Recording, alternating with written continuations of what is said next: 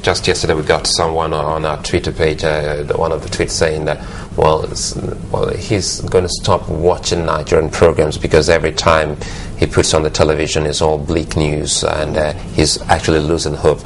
Now, against all odds, being a productivity consultant, what should the people be doing on their own by themselves? Now, you talked about a young school leaver who would want to take that kind of risk. Against all odds, how can they soldier on if the government is not really coming to their aid now? You know, frankly, I think we're now just beginning to hit the nail on the head. I'll take myself as an example. The only job I've had, was when I was in secondary school, and I did a vacation job with Vitafoam. I worked for 2 months. It was great to receive a salary at the end of the month. But since then, and let's remember that in my time, Nigeria was okay. But since then, I have worked for myself. I have always done things for myself. And I will continue to do that. I found it challenging. I've moved away from being an employee to being an employer. And it's creative, it's challenging, and all of that stuff. Nigerians should begin to stop asking how government can give them work and how government can work for them instead. There are things we can do. We are creative people. The attitude must change. A few years ago, I got a few graduates, fresh graduates. I gave them office space, I paid their salaries, I gave them an idea, and I said, do it your way. What happened? I didn't get what sort of results I expected. The attitude of the youth also must change. They must want to succeed. Not excuses, government didn't do this and government didn't do that and there's no power and there are no roads. These challenges are there. But we're looking for young, dynamic people who can succeed in spite of those challenges. The attitude sorry to interrupt you there, but I was just about to ask you, do you think our youth are equipped to actually venture into business? So that, assuming I even have this very bright idea, do you think that I will have the business acumen? Because some people say, I'm not a business person, I don't know the slightest thing, even when they have this really wonderful ideas. Do you think that we're equipped enough to actually be able to go out on our own and say, hey, this is what I want to do? You tied to the graduate you just gave that kind of assignment and the kind of results you got from them. Well, when you talk about equipped, you're opening a whole new world here because it goes all the way back to the kind of education we get. I'll give you an example. I take a graduate in my office. I still have to spend money to train them. They've got to be articulate. They've got to be able to organize their thoughts. The school system is also going to have to be worked on. People must be able, giving a level playing field to create something. That's not there. I put this youth together. There was a lot of energy, but it wasn't productive. They had great ideas, but they couldn't articulate them.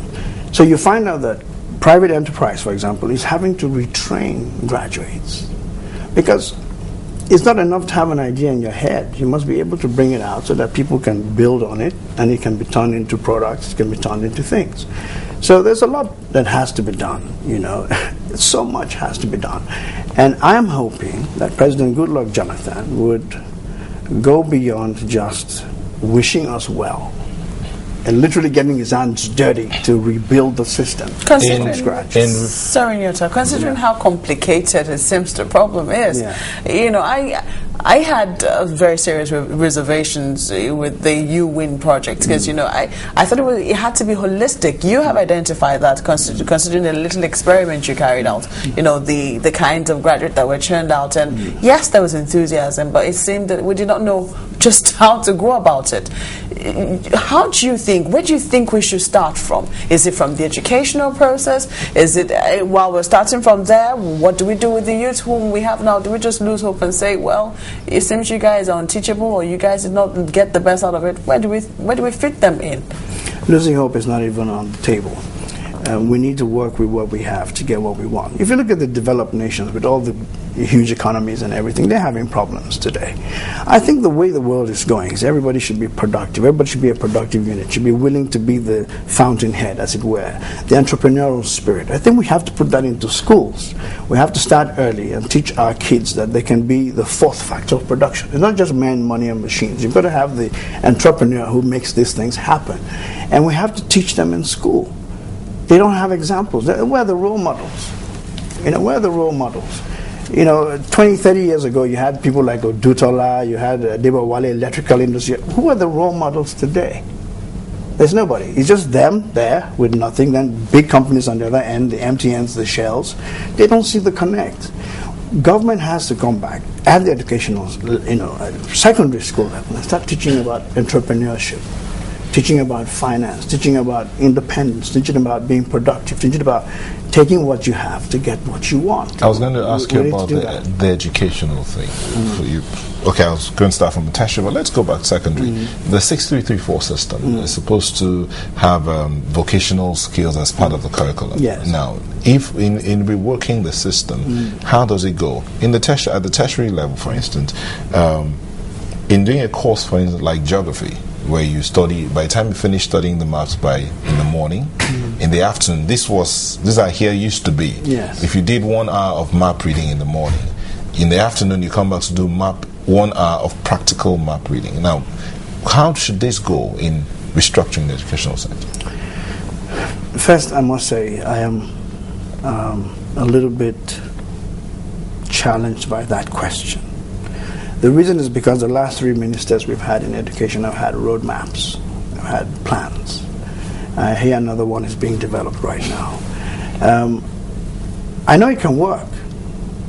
If we can just stand still, do a proper assessment of what the situation is, and make it work. We have public schools, we have private schools, some are running one system, some are running another system. The Ministry of Education needs to coordinate even better. There's so much that needs to be done. But I know one thing, practical education, practical science, technology and so on, is not being given the pride of place that it deserves. And once you don't have that, you read a physics book or a chemistry book and you know all those things in terms of theory, but you wouldn't know them if they jumped up and looked, hit you on the face. That's not how it works. We have to get practical with our education. We have to, take the children out, show them things, let them see how it works, not just the textbook, and give them an enabling environment to put this together in a way that, can build the economy. It's important. The things we can do, talking about job creation, really, let's come back to job creation. There are things we can do. The Secretary of Foreign Trade, the UK Secretary of Trade, says Nigeria is the fourth fastest growing economy in the world. I know that sounds like someone else. No, it doesn't sound like someone else's talk, because the CBN governor always says that. He says we're growing, but all of this growth doesn't translate to employment. It seems it's just companies declaring some fantastic figures. Well, true. So, but obviously there's something happening there. The question now is, how do we really create jobs? I talked about job creation. How do we create jobs? It's not going to be factory jobs. We don't have factories. Agriculture is not sexy, as it were. The kids don't want to go to the farms. They don't think it's what they should be doing. Government has to look for ways to make that attractive for the children. We can have mega agricultural complexes where we have huge land. We create dormitories for the students. We give them subsidized entertainment, for example. We give them targets. They can produce food. They can make money. They earn something. State governments can do that. The financial sector, for example. I hear a few years ago our insurance industry was about, we had just 3% of the industry was developed, about 350 billion. Imagine the capacity if you could take that to 10, 20%. But you have to change your business model. We have to train the kids. Take things like multi-level marketing and teach them how to do that in the financial services sector. There are things they can do that don't need production. Just need their skills. They open up the mortgage industry, for example. Things can be done, but not manufacturing at this time, because we still have to wait for infrastructure in terms of power to make manufacturing work. But the service industry, if government is ready and the private sector has given enough incentives, through reduced taxation, for example, corporate social responsibility, we can create 5 million jobs. I don't see a problem with that.